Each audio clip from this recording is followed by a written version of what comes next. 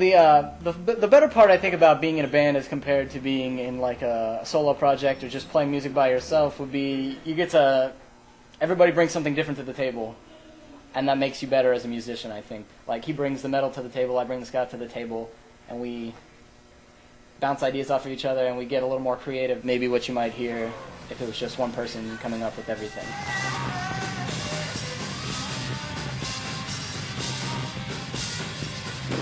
Well, Steven, he's a trombone player, and he's the guy who doesn't say much on stage, but he stands there and he's got a little bit of swagger, like he's really proud of himself. Kind of looks like a lollipop. Kind of looks like a lollipop. His nickname used to be Lollipop. It still is, but we don't call him that much. So, and then Brandon Martinez. Brandon Martinez, what can you say about him? He plays bass. He plays the bass. He's a gruff, he's a criminal from the hood, the neighborhood. He brings the rap aspect of our music into our music. And a little bit of the punk. He and I are He used to have a mohawk. He used to have a mohawk for a few years. Not anymore. I don't know what he has anymore. But he's just an ex-con trying to go straight and get his kids back. Josh he's the drummer. He drums. Trap kid. He's got wonderful sideburns, he'd like me to tell everyone. He won't shave them into lightning bolts, though. He won't shave them into lightning bolts, but he plays the drums, and he's the newest addition, and he's fitting in well. Colin is very tall. He plays the saxophone. And baseball.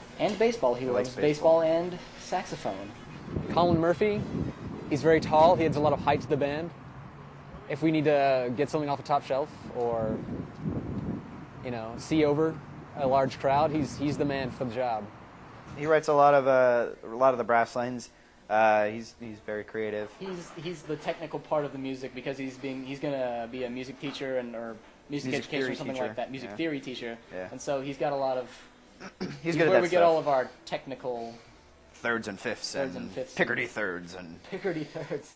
Jake Boldman plays the trumpet, and he lays down the fat solos. And I play trumpet. You can say backing vocals. Most of the time, I do backing vocals every occasion. Eric Villar, he plays the guitar and sings, and his beard actually. This is a real serious thing. His beard, and it makes us look older actually, which a lot of people like. People like older bands. They don't like little teenage bands, and also he's a very serious songwriter. This is my Ibanez Hardcore AF75 Jazz Box. It's got VR strings, and it's beautiful, and I'll show it to you now because I'm proud of it. A little spin trick. A little string up the top that does not belong there.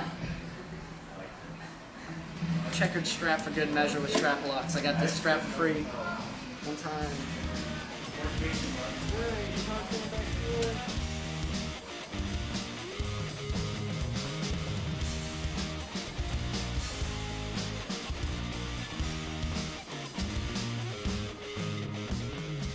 Well, some of the bands that have influenced us are like The Specials, Operation Ivy, Streetlight Manifesto. I like a lot of reggae music, and I like try and work that in a little bit. But it's mostly ska music. Those are our influences. That's a good blanket description, I think. Blanket description. That covers everything. That's an expression. What is ska music? Technically, ska music is the offbeat played on the guitar, and actually originally sounded like the word ska when it would be a combination of jazz music coming from New Orleans down to Jamaica, combined with traditional island rhythms. And it was sort of a very independent Jamaican style of music that was all Jamaican.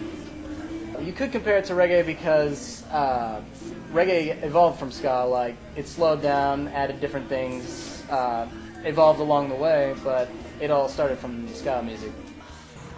My favorite thing about performing live is the ladies, I would say. Well, my personal favorite thing about performing live is getting caught up in the music and not knowing exactly what I'm going to do next. It's all about improvisation. My favorite thing is definitely when there's a lot of people there. It's it makes it seem like the show went a lot better, and that you, I don't want to sound completely lame, but like reached different people, like, because Sounds kind of lame. It's kind of lame, but that's my favorite part. Don't make fun of me, because it's cool to hear music that you've written and created, and other people have gotten up and listened to and danced to and paid to listen and dance to and even clapped for. So it's a good feeling. Oh, the difference between listening to our CD and coming to see us live. Well, there's two differences. Yeah, I was gonna say there's probably more than one. One of them, I would say, I think you have a lot more fun than just listening to a CD at home. Yeah, it's a lot cooler to, well, at least I would think, to, you know, see the band actually playing the music than just listening to it on headphones or through speakers or whatever, because there's more action.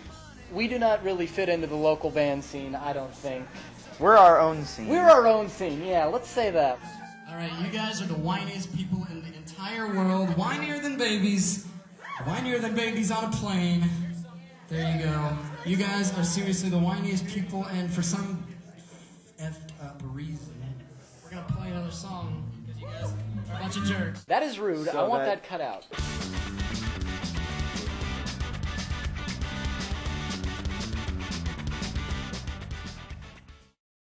Plano Senior High movie class. Like that, right?